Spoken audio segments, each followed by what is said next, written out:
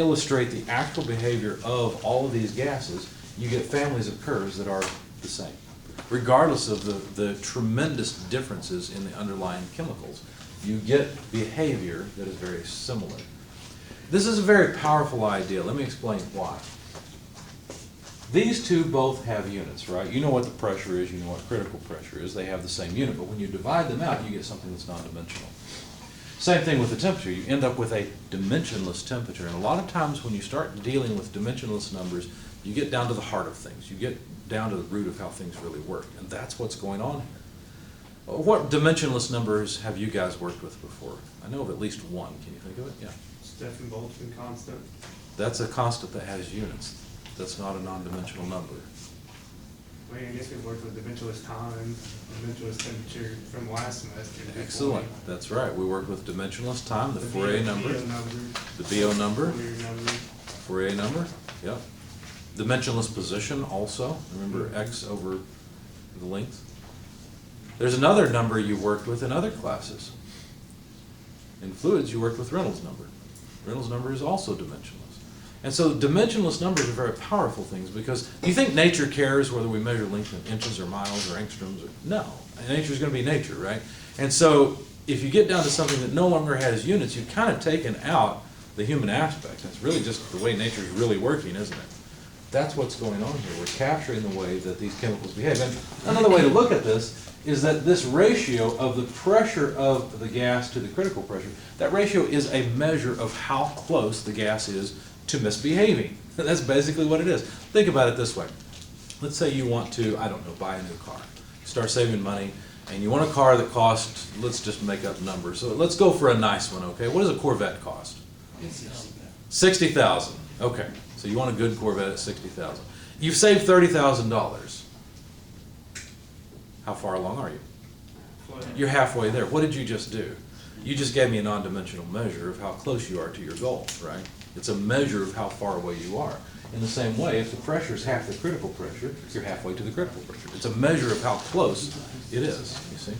Now everybody's talking about the Corvette, the fact that they, what did they do, put in the engine in the middle of the car or something now? I'd say you gotta include interest, so it's probably about 65. What, about 65? Yeah, include some interest in there, because you put 30 down, only you stop paying that. Yeah, but I was assuming you were being smart and saving up the money before you buy the car, not getting a loan. But no, I'm just kidding. All right, so all of these variety of gases behave the same way as long as we know how close they are to their critical point.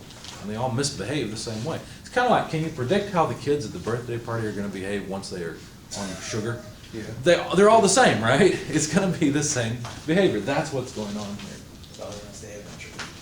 What's that? It's always going to stay of entropy, yeah, it gets... Yeah, there's going to be a high state of entropy.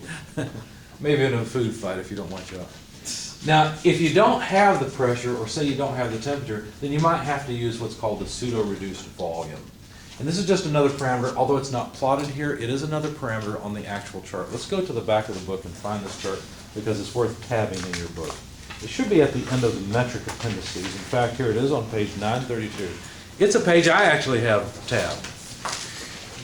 Now, you know that I'm constantly telling you to tab things in your book and then I don't do it myself. If I have it tabbed, it's probably pretty important, don't you think? That is a page you will want to tab, page 932, so that you can find the compressibility charts. Yes, 932. Now, if you look at the upper chart, well, you'll notice we have two charts. If you look at the upper chart, you probably recognize it as the chart that we had in 220. However, look down at the bottom of the chart. You may not recognize that. That is this whole chart. In 220, we had from about here to the left. Okay, that's what you're looking at the upper chart. It's just expanded out. But now we've got the whole thing. Okay, most of the time, the interesting, important stuff happens over here. Okay, but sometimes you need this other part too. So there's a zoomed-in version of this. As a matter of fact, there's even an inset of this section up here. So we've got some nice data here. But they're basically just the same chart, just different scales and different amounts of data. That's all. Now, do you notice that there are some dashed lines that kind of run up and to the right, those curved lines that kind of run this way? Those are lines of pseudo-reduced volume. Okay. And you don't even have to remember all of these equations over here. They're in the inset in the chart, in the Nelson-Obert generalized compressibility charts. Okay. So as long as you've got compressibility chart, you could just put Z on the top of this page. Okay. All right, so we get ideal behavior where? Well, wherever Z is about 1. Well, Z is about 1 up here for all gases. What is this? This is a point where the reduced pressure is very low. That means the pressure is very low by comparison to the critical pressure. Okay? That's when the gases behave ideally. If the pressure is low, low relative to what? Low relative to the critical pressure of that gas, then PR is low and the gas will behave ideally. So remember, on the previous slide, I said that gases behave ideally when the pressure is low. Well, this chart verifies that. Where else do gases behave ideally? At high temperature. High temperature relative to what? High temperature relative to the critical temperature, right? If we go on, you'll notice that when the temperature is about twice the critical temperature, all the data points end up when Z equals about 1. Okay. Now again, this is a schematic, but you can look at your figure there and see that this is true. So gases behave ideally when their temperature is high relative to their critical temperature. Now, gases behave most non-ideally when the pressure is at the critical pressure and the temperature is at the critical temperature. In other words, when we get a ratio of 1 for the reduced temperature and 1 for the reduced pressure, well, that's here, 1 for reduced temperature, or sorry, 1 for reduced pressure, and this whole line is 1 for reduced temperature, where that combines right here, we get the most non-ideal behavior. That's where we have the largest variation away from the number 1. We have 0.2. Now, metric has an inherent advantage, you could say. You'll notice there's none of these charts in the English units. So this doesn't work for English units. Is that what it means? Yes. Not at all. This is a non-dimensional chart. You can use it for English just as well as for metric. It's kind of a joke. I really don't care whether you use metric or English as long as you use whatever I give you and make you use, right? That's all I care about.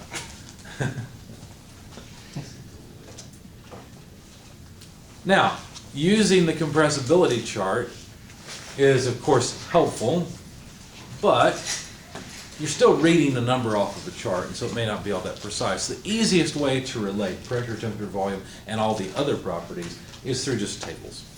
That's the easiest way to do this. So that's why we use so many tables in the back of the book. And of course, we've already used the saturated and superheated tables for water, for example, but you'll notice that we have similar tables for R134A.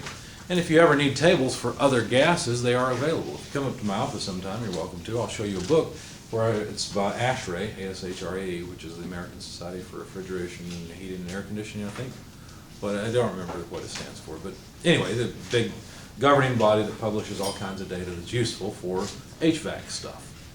And there, in this book, it's the properties book. And so it's got propane in there. It's got ammonia. It's got all kinds of different things you might use as a refrigerant and give you all the saturated, superheated properties, anything you want.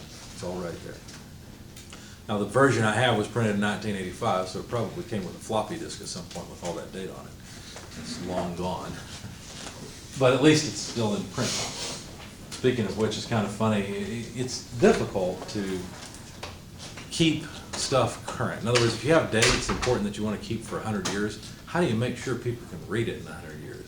You know, I mean, if you write it down on a piece of paper, the paper might go bad, right? There's a story I heard about some text, I think the Gospel of Judas or something, that was found.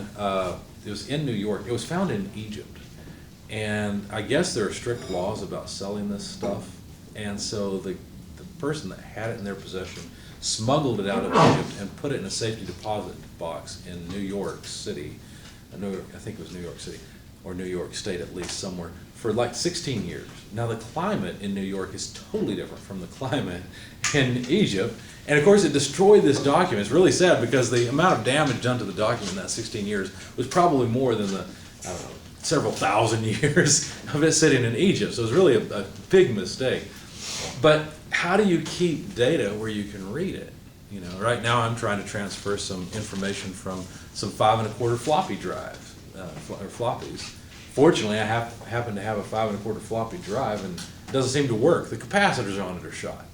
So I got to find capacitors and fix it. So even to the point, I'm using a free textbook for controls, and I just found yesterday in the back of it, the guy did animations in a book. You know how he did it? Flip chart. So you flip through it to watch these things change, so you can have animations that won't go away. And of course, the only problem is it's in a PDF file, so who knows how long we'll be able to read PDFs. But anyway, tables are the best way to, or are a really good way to keep this data, and you can always read them. However, here's something you didn't learn in 220. There are other equations of state besides the ideal gas law, besides using compressibility to correct the ideal gas law. There are other equations of state. This is the van der Waals equation of state. And basically what it does is it has two different terms that help correct the ideal gas law. See how it kind of looks like the ideal gas law? PV equals RT. But instead of saying, well, the molecules don't take up any volume, this subtracts some volume from the volume of the container to represent the space taken up by the molecules. And then this term represents the attraction that actually exists between the molecules. So it corrects the ideal gas law a little bit. Yes? What do you mean by equation of state? An equation of state, remember when we said that a state is a collection of properties? Yeah. Okay. If you change those properties, you have a different state. So an equation of state is an equation that relates those variables together. Okay. That way you don't have to know all of them. You just know two, and that specifies the rest of them, because they're related anyway. Okay. So it turns out that this actually has something to do with the critical point. Don't worry about this. These are partial derivatives. Don't worry about it. It doesn't matter. The point is you can actually differentiate from this idea, this mathematical idea, and knowledge of the critical point. You can get the values of these two constants. This detail here doesn't matter. Your author just mentioned it, so I threw it in the slides. Here's what you need to know. The value of A that goes into the equation is calculated this way, and it's based on the critical temperature, critical pressure, and the gas constant. So it's pretty easy to come up with. In fact, you can make a spreadsheet to calculate A for any gas you want, right? That's easy.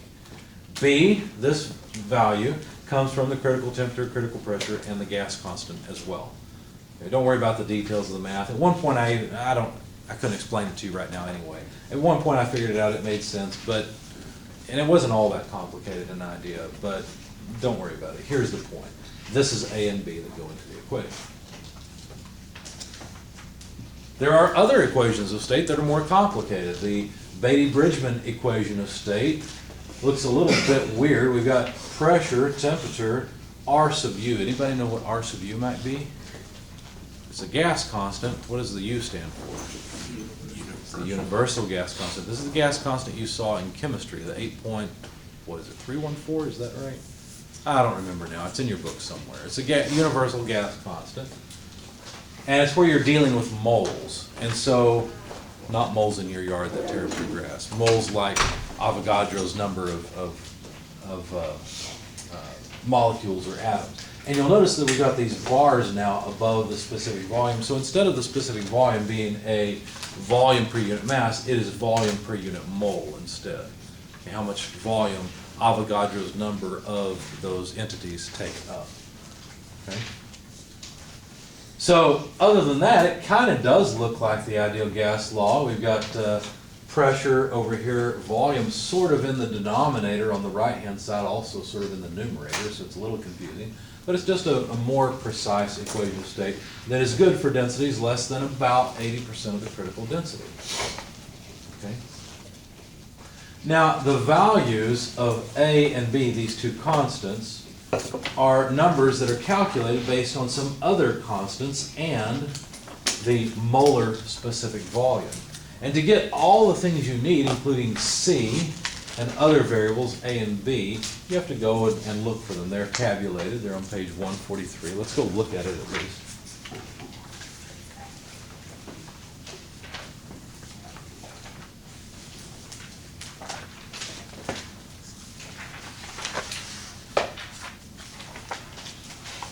Table 3-4. Constants that appear in the Beattie-Bridgeman and the Benedict-Webb-Rubin equations of state. And oh, by the way, they were kind to give us the universal gas constant. 8.314 kilopascals cubic meter per kilomole per Kelvin. And so we could use this equation of state. Probably you'd want to put it in a spreadsheet. In the past, I've taken time out of class to have students actually calculate the pressure of a gas using all these things. We got about as many answers as we had numbers of students in the class. The reason is because it's easy to make a mistake with this, right? So you have to consider the units. You've got to make sure you put everything in the right place. This is certainly a spreadsheet type problem. You wouldn't want to do this in your calculator. And this one, the Benedict-Webb-Rubin equation of state, you really don't want to do in your calculator. Bare, right? But it's good for a larger range. This is good for densities less than 250% of the critical density. So this is a wider range than the previous equation. Now in the past, the differences between these were, between this and the previous one, were important. If you really wanted an accurate answer, you needed something where you had a density that was fairly high, then you would use this equation and you tried to avoid it otherwise. Nowadays with a spreadsheet, once you get it set up, this is simple. This is easy stuff. Okay? Now the constants, there's just more constants and there's more terms in this. We're still using molar specific volume, but you get the rest of the constants from the same place. Okay? It's pretty easy to use once you get it all set up. And then there's the virial equation of state. The virial equation of state is really just kind of like a polynomial. It's like, well, let's just throw in as many orders as we want. We'll just keep adding terms until we get whatever precision level we want. I mean, if we're going to use a computer, why not program this into the computer, have all the constants we want, and then have as precise equation as we desire? So the A, B, C, and D are called virial coefficients. Now these are functions. So B is a function of temperature, and they're not in the text. We're not going to use that. This is good for however much precision you want. Okay. Now, am I going to make you go through on a test and use those equations of state or decide which one to use? Yes. No, I'm not going to do that. Now, at this point, you all just checked out and said, needless, trivial information. Maybe someday I'll win a Trivial Pursuit question with it. Nope, never will. Unless it's engineer's trivial or chemistry trivial pursuit, right? Why did I show you all this? Why I showed you this is the point is that we're trying to relate variables, properties to one another, and there's many different ways to do it. Okay. The point, though, that I want you to really remember is that those properties are related to one another. That's a very important point. The entropy of a gas, for example. You can know the entropy of a gas by simply knowing the pressure and temperature of the gas. For example, let's take R134A. Let's look up superheated R134A. I'll give you a particular pressure and temperature, and you will tell me the entropy. So I'm going to go to page 930. It's a nice round number. It has R134A on it, at least data for R134A. I'll give you a pressure of 1 megapascal and 100 degrees Celsius. Can you tell me the entropy? What did you say temperature was? 100 degrees Celsius. Nice round, easy numbers.